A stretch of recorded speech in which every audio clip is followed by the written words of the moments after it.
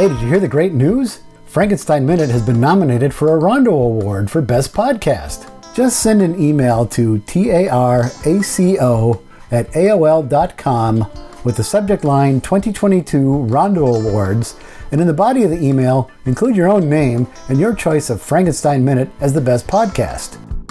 How do you do? We're about to unfold the story of the Son of Frankenstein. This one is probably just as bad as his father. Good morning, son. Well, hello. My son, you have inherited the fortune of the Frankensteins. I trust you will not inherit their fate. By heaven, I think you're a worse fiend than your father. What are you going to do about it? There's a monster afoot and you know it.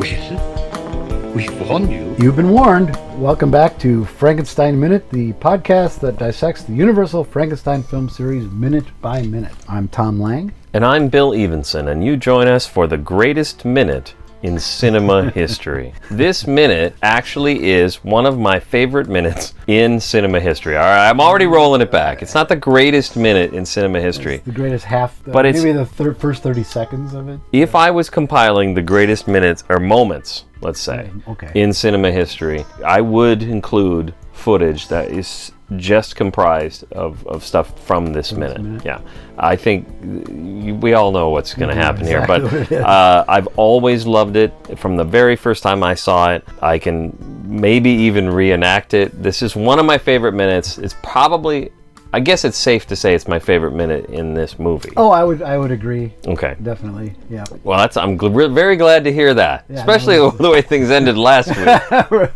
Just about had a bench clear and ball here.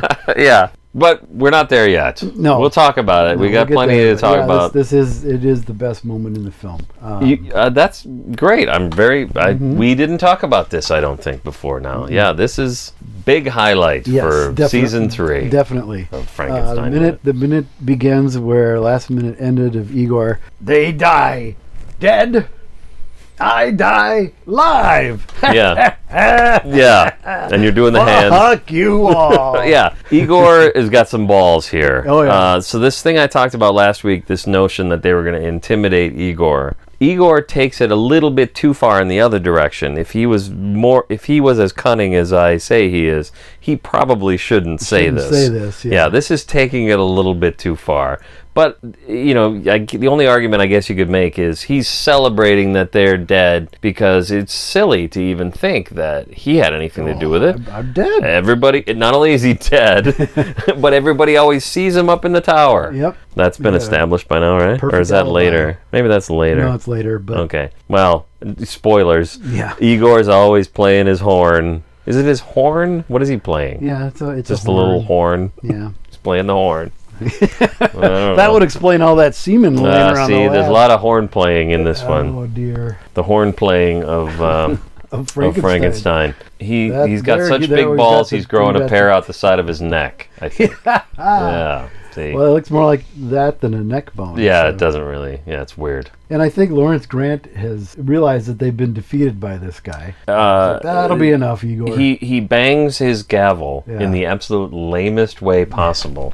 Let me see if I can hear this. I'm going to pick something up and he picks it up with 2 fingers and drops it. He's very. I think they're defeated. I think they realize they've been had by this guy. He doesn't pick up a hammer and smack it down. No. But he does. I'll say this. He does say quiet, which is very forceful, and we're doing this minute by minute, so forgive me if I get a little too in the weeds with some of this stuff, or not in the weeds, but if I'm analyzing it too closely and reading things into it that aren't there. But these people that he's talking about that are dead are his associates. Yeah. They're probably his friends. Friends, yeah. And presumably cut down by the whispering ghost or whatever. The whispering ghost. The murdering ghost. Or whatever the fuck. The murdering ghost. Whispering ghost is like a cereal from the Is it? 30s. The murdering ghost. That's not funny to him. No, not at all. Yeah. But I think there's also some resignation that, we're not going to get what we want from him, so just get him out of here. Yes, absolutely. He says,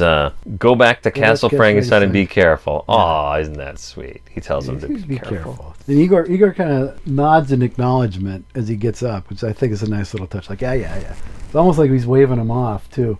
Yeah. Got Yeah, it. Got we're it. done here. I've accomplished what I need to, Yeah. and now what's going to happen is the icing. Yes. And then another thing I didn't notice until looking at it for this minute: when he stands up, the chair he was sitting in has a little heart in it. Oh, Do you see yeah, this? Like a it's little carved heart out of the carved back of into it, yeah. out of the back of the Yeah, chair. that's sweet. It's like it's like a just- little kid's It's chair. it's got like a little kid's chair. Yeah. It's all very sweet. Maybe it's the timeout chair, and they just brought it in for. That could be. Yeah. When we were looking at our house that we just bought, in the room that eventually became my office, there's a little closet in the back of it. And we opened it up. Only thing in it was a little kid's chair sitting in this closet. Like, oh, this is the timeout room. I guess. Sounds pretty little spooky. disturbing. It's a little disturbing. Yeah, if I'm working down there late at night, I can hear the distant cries of it. No. I sat in a little chair like that in my elementary school. Oh, yeah. I was a bad. Oh, I misbehaved frequently. I don't remember what I did. Probably smart enough to the teacher, but I think just talking generally. But I got stuck in a little room, and it was scary. Yeah. Like when you're 8 or whatever it is. Sure. And yeah, it was like well, I'm probably remembering it differently, but I remember it as just being a small concrete bunker. not even a bunker. It was just like so small, Like a cell. and it was just enough room for a single old school like Laura Ingalls Wilder desk with like an inkwell, and I was so LIW was here. Was yeah, it was right there, and well, she wouldn't have had the W yet. That's right. That's funny. We both went there. But what happened was I was so sort of frightened by the whole idea of what had happened that I had to go to the bathroom and I didn't know what to do. Like, you can't raise your hand. There's nobody there. You sit in a hole. You are such a bad kid. You go sit in a concrete hole by yourself. And if you have to pee, piss your pants. Yep. Eventually I snuck out or something and went pee. But We I had a remember kid- my mom complained about that. And they said, oh, we agree, Mrs. Evenson, this is a one-time thing. We were sorry. Never happen again. I think my memory is the next day I was You were in there back in because I there. fucked up again. I used to get in trouble for like drawing on the backs of papers and things. On the backs of papers. Like you do a math test or whatever. When you're done, you're supposed to turn it over. Well, I got a whole blank Yeah, I sheet got of a blank. paper, and I would draw on it. And usually nothing was said about it, but I know my... But your Bride of Frankenstein topless didn't go over didn't well. too well, I don't know. But my 4th grade teacher would take points off because of it.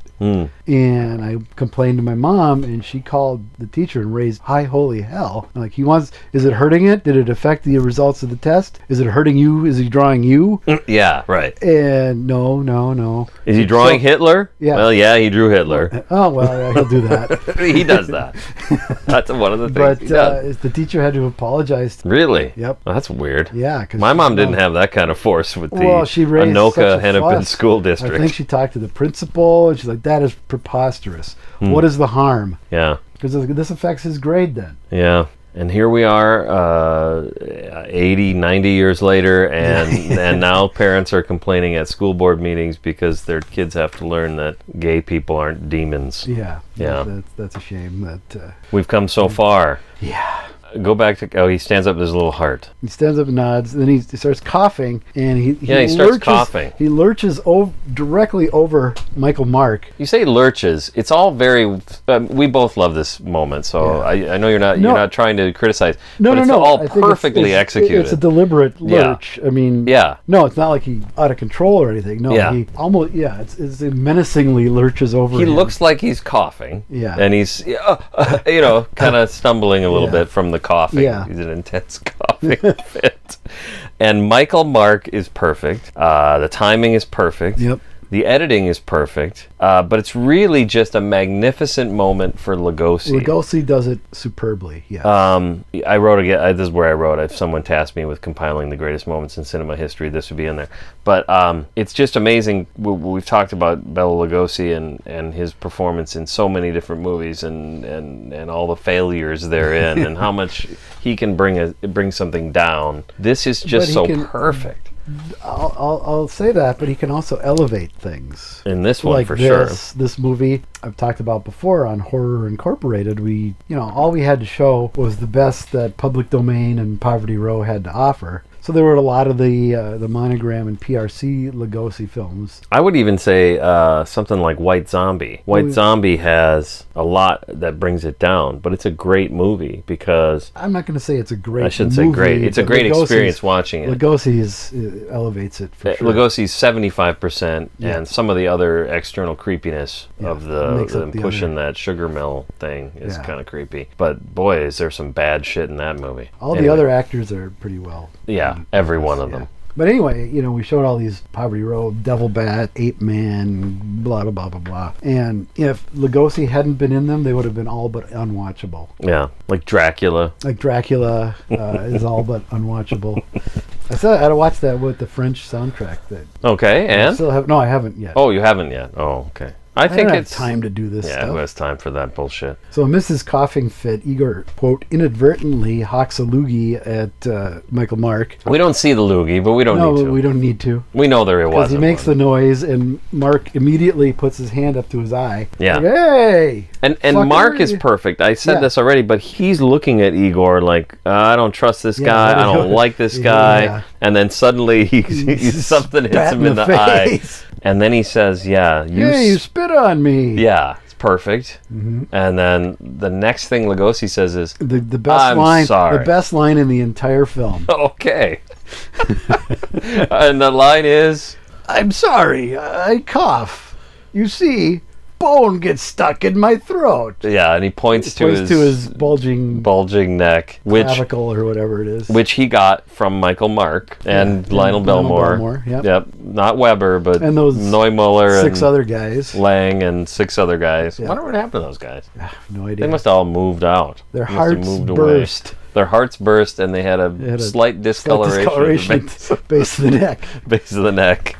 Funny that. I really do feel like it plays out like a comedy. This moment? The comedy of it is perfect. The timing is just right. Yeah. Because we're not done. We're not. It's not just that a guy got spit in his face and that this line you're so happy with. It's what happens after that too. We then cut to a long shot of Lugosi starting his coughing fit back up again as he's walking away. And Atwill's there, but Atwill, I notice, he's kind of just like staring off into space. And I think maybe he's just the way he's behaving, the way he kind of just moving kind of, I don't know, furtively or whatever. It's like, I really feel like everybody's trying not to break up laughing. Yep. Yeah, that's what it looks like. Yeah, because I wrote that they all sit there awkwardly while Lugosi walks off and his coughing transitions to him laughing. Yeah, as he and everybody just sort of sits there like either they don't know what to do or they're trying not to laugh. Really trying not to laugh.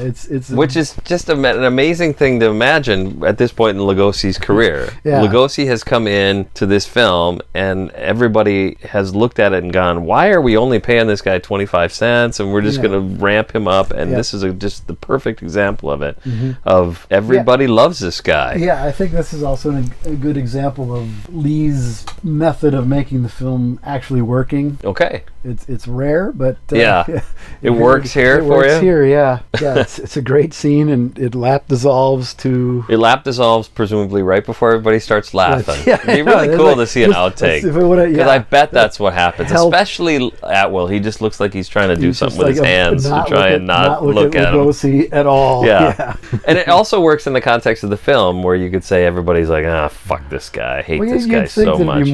There'd be more of an outcry from everybody else. I suppose. Hey, you can't do that. Yeah. Who the hell do you think you are? I guess. But yeah, everybody just sort of sits there awkwardly. You could see Krog saying, "That's enough, Igor. Get moving." Yeah, but I think it's as soon as Lee said cut, then everybody just burst out laughing. Yeah. I feel like I used to just do that along with the movie. I'd be like, "I'm sorry, I get bone in my throat." You see, bone gets stuck in my throat. Oh, is that right? Yeah, I can't do it anymore. You're right. It is definitely bone gets stuck in my throat. That's pretty good. And that's why it's funny. Well, and the fact that he transitions from coughing to laughing at the end to me, it's just hilarious. It's just the icing on the cake for what I talked about Igor flipping everything around on them. Yeah. They called him in. He's like, "Oh, you want me to come in? Okay, sure. I'll come in." Yeah.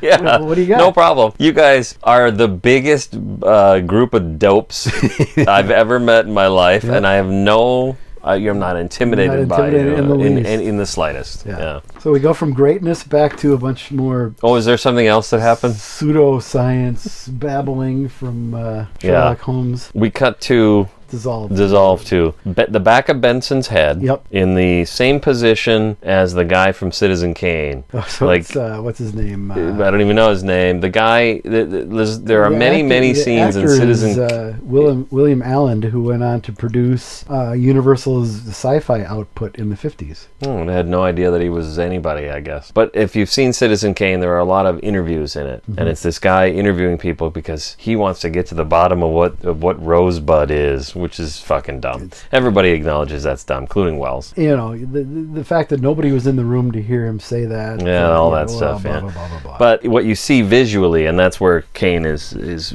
perhaps most striking, is the visuals. And he's often in the side of the frame. He's always in shadow. He's often facing away. Silhouetted or facing away. Facing away where he's the interviewer as we are. He's sort of us, like a proxy. He's like a proxy for us as we learn what's going on from these people, and that's what's happening here. Benson is occupying the role of being bored by Wolf's bullshit. Yeah. What are you doing? What are you looking up? I'm looking up what the character's name is. Benson? Oh, the character in Benson. Kane? Yeah, thank you. His name's Benson. Thank you. Yeah. No, the reporter. Benson Mom. Benson Mom. I think that was his name. That's even better. Thompson.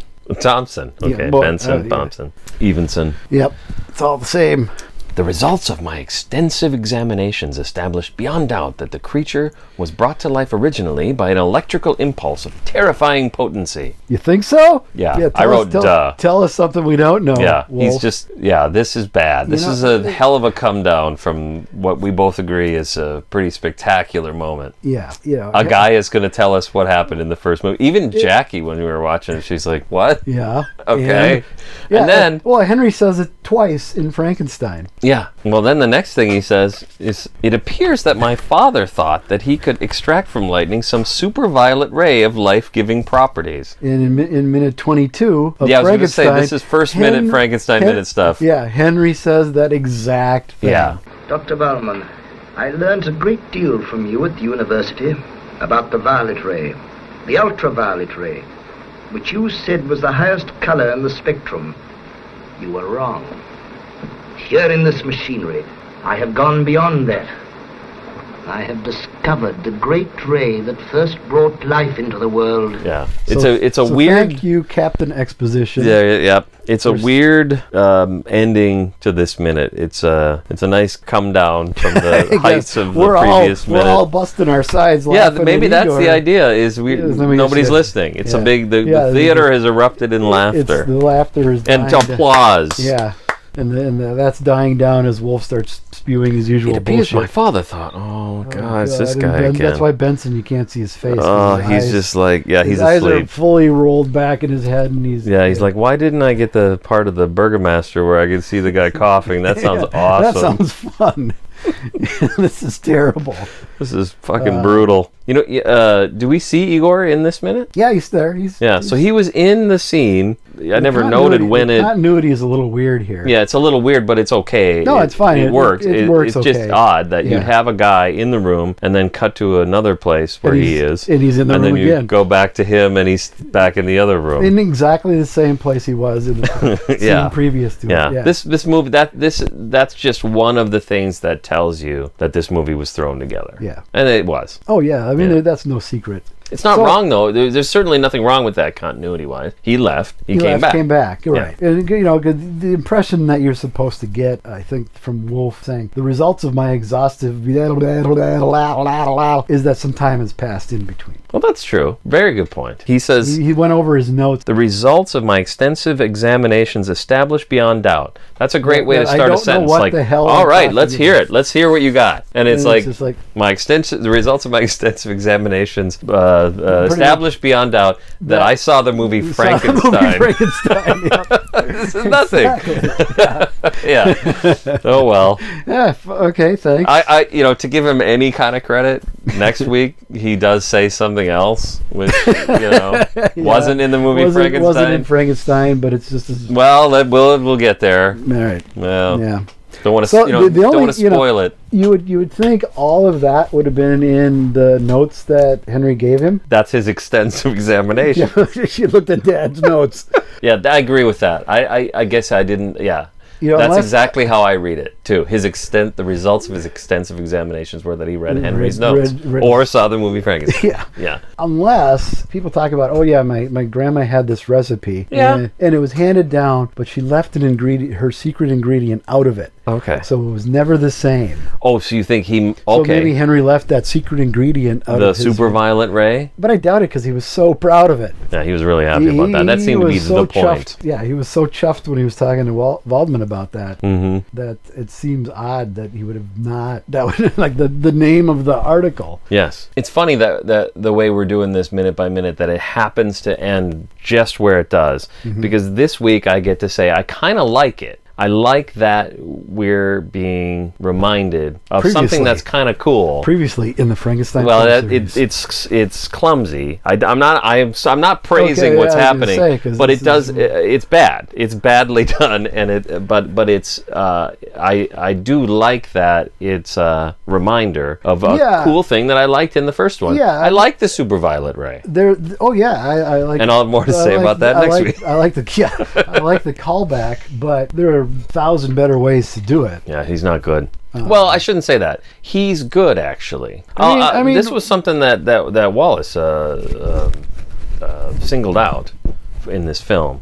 And maybe you feel this way too, that Rathbone himself is a big weakness in this film. And it's, in this minute, I got nothing. Sometimes, yes. Yeah, it's not great. I mean, it's also not bad. It's very one note. I think it's one note, and I think the character has no sympathy. Yeah, that's true. That's true. Whereas you do it's like the opposite of sympathy. Yeah. We hate him. This guy's a dick from the minute Plenty you of see reasons him. to dislike. Whereas I think Henry, you feel some sympathy towards and some fun. Yeah. I feel some fondness towards him. And that's interesting too, because if you look at their stories, what they do, Henry should have less sympathy than Wolfe, but it is absolutely the opposite. Yeah. And I guess that's probably where Colin Clive's performance really does weigh in. Yes. He's, and I don't know if that's partly because we know what happened to him, and we kind of are watching him deteriorate on screen. Really. So, but that's what's happening to the character too. He's having a rough time,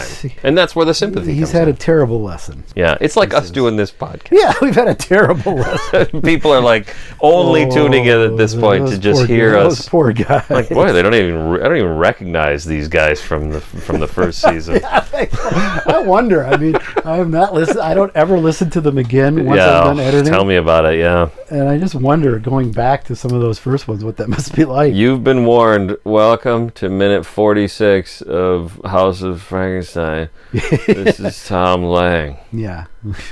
Bill, wake up. I got to do the scream. No. Cut that out. Well, it broke. Broke the thing. Anyway, but yeah, I'll replace you with Karloff there. So thank you. Yeah, that would be great. He kind of breaks the thing. Well, we'll see. We'll hear it. We'll see what happens. We'll hear it twice. We'll hear it at least 3 times, I think. Yeah. Well, in the overall, eventually. But twice in this film. So it's is it Abbott? No, it's. Oh, it's House of Frankenstein. Or Frankenstein's house. Frankenstein's house. That's what I'm calling it from this point on. Hey, did we win the Rondo, or is that next week? That's got to be next week. That's next week. All right. It's the end of this week is the end of voting. End of what? End of voting. Well, end of this weekend, because it's the 15th today. Okay. April 15th. It's tax day. Yeah, get your taxes in. Yep.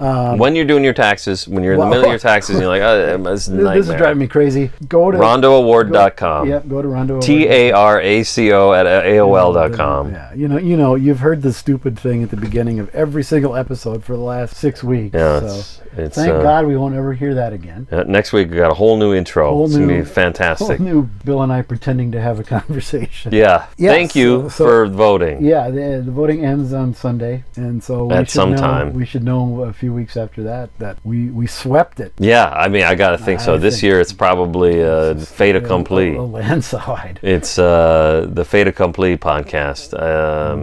It's all over but the counting. If they do the counting, we might not get it. If they actually count the ballots, that could be not bad go for in us. Our favor. But it's all good. Maybe if we had Frank Santo Padre on this podcast, maybe that would help. Yeah, let's get him on. We did have him on once, sort of. Well, in a roundabout. Follow us on Patreon. Become a friend yeah. on Patreon and listen to Frank Santo Padre on one episode. Yes. Has anyone ever joined at the $3,000 a month level to get the LP? I didn't. Yes, Jackie's on that level. Yeah, okay. so she gets what is it? It's an LP of 2 episodes. I forgot about that. And it's double tracked so that on one side there's a secret episode that only you hear. Every 2 episodes there's a secret third episode, and it's full length. Mm-hmm. And we do music. We did songs, original songs and skits. Only $3,000 a month. Yeah. Boy, no, it's only 30. I was going to say, why are we offering that? That doesn't make any sense. $30,000. We can't afford that. $30,000. Okay, so I was mistaken. Jackie's not contributing at that level. She's only giving $3,000. Oh, okay. Yeah, I don't think you get. So she gets nothing. You don't get anything. It's weird. Yeah. It's weird. You get less than the people that are doing $2. You just get the feed, yeah. Because she forgot to click the friend button. No, see? Yeah. Bye. We left a long time ago.